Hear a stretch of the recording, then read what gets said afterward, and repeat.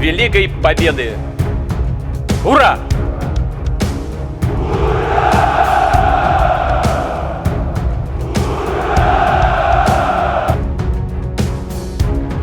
Rusia gelar lomba militer paling mengerikan di dunia pakai nuklir.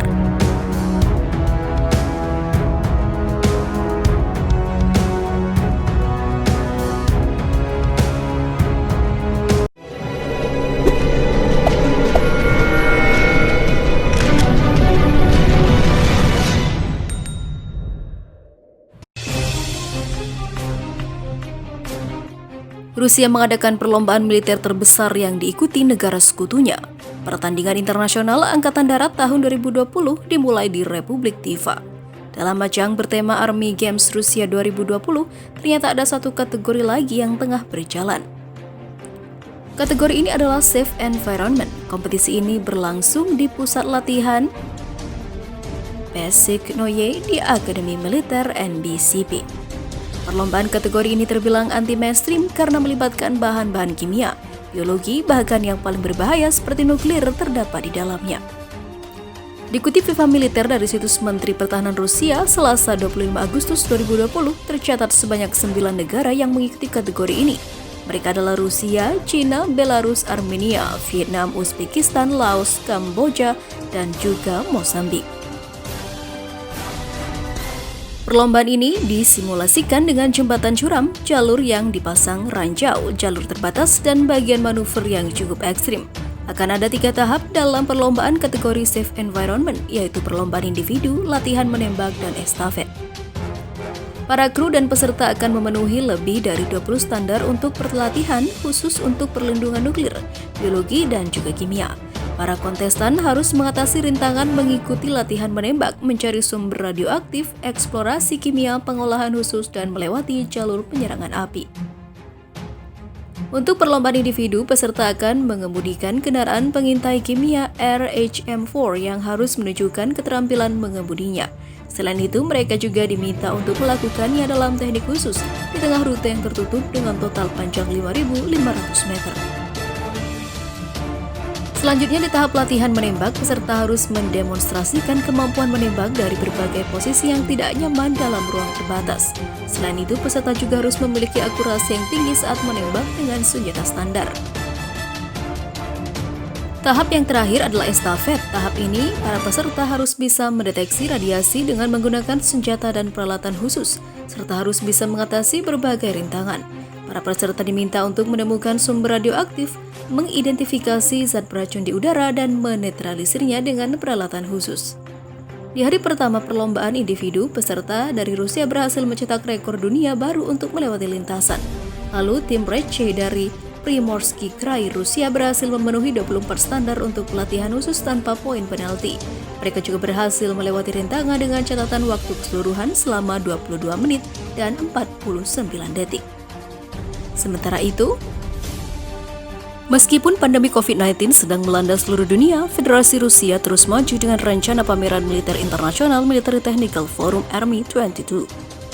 Acara tahunan ini yang akan diadakan di Patriot Congress and Exhibition Center of the Russia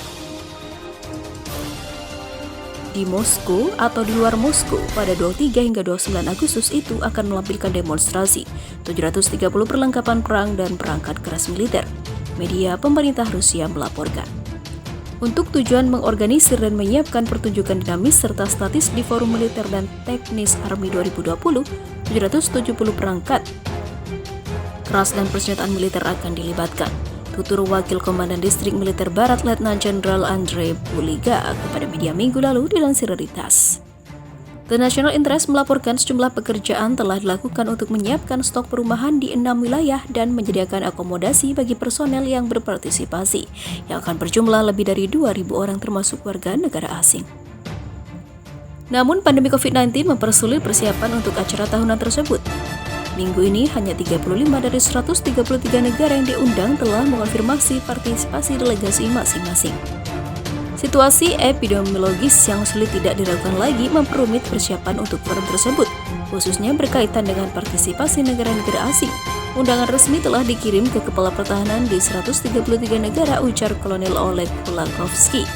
Kepala Departemen Pameran Direktorat Utama Kementerian Riset Rusia tentang penelitian ilmiah dan dukungan rekayasa teknologi canggih.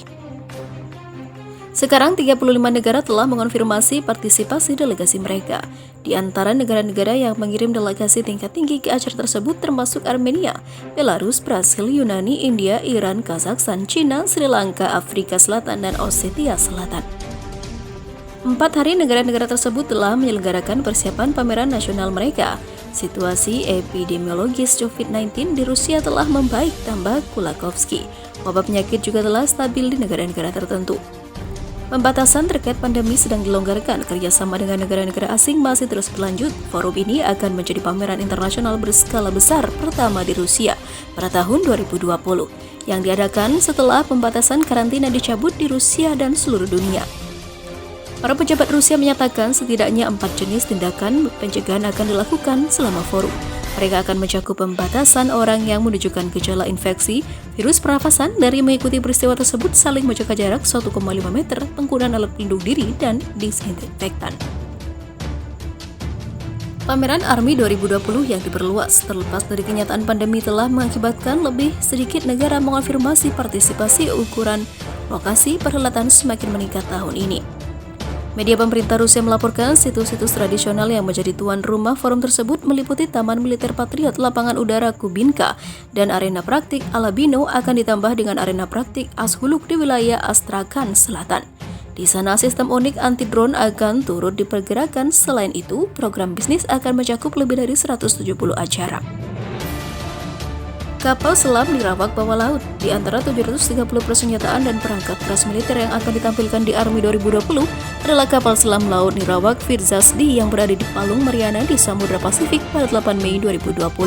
Forum ini menampilkan sejumlah perkembangan kami, termasuk Firzazdi, tegas CEO Advanced Research Foundation Andrei Grigorvey kepada TASS pekan lalu. Ini akan menjadi kendaraan bawah laut yang menyelam ke dasar Palung Mariana. Menurut catatan The National Interest, Firzazdi menjadi kendaraan bawah laut nirawak pertama di dunia yang sepenuhnya otonom yang mencapai titik terdalam di lautan dunia. Kapal selam nirawak itu beroperasi dengan bantuan sistem kontrol dalam kapal yang memanfaatkan algoritma kontrol tanpa operasi manusia. Hal itu kemungkinan drone bawah laut tersebut untuk secara independen melewati rintangan di sepanjang jalurnya. Kendaraan militer itu terdiri dari kendaraan otonom, stasiun bawah laut dalam, dan peralatan pos kontrol. Militer Rusia belum mengumumkan perangkat keras apa yang akan diperagakan di ajang ARMY 2020, namun berbagai perhelatan serupa sebelumnya telah digunakan untuk memperkenalkan senjata baru seperti tank T-14 Armata dan sistem pertahanan udara S-350.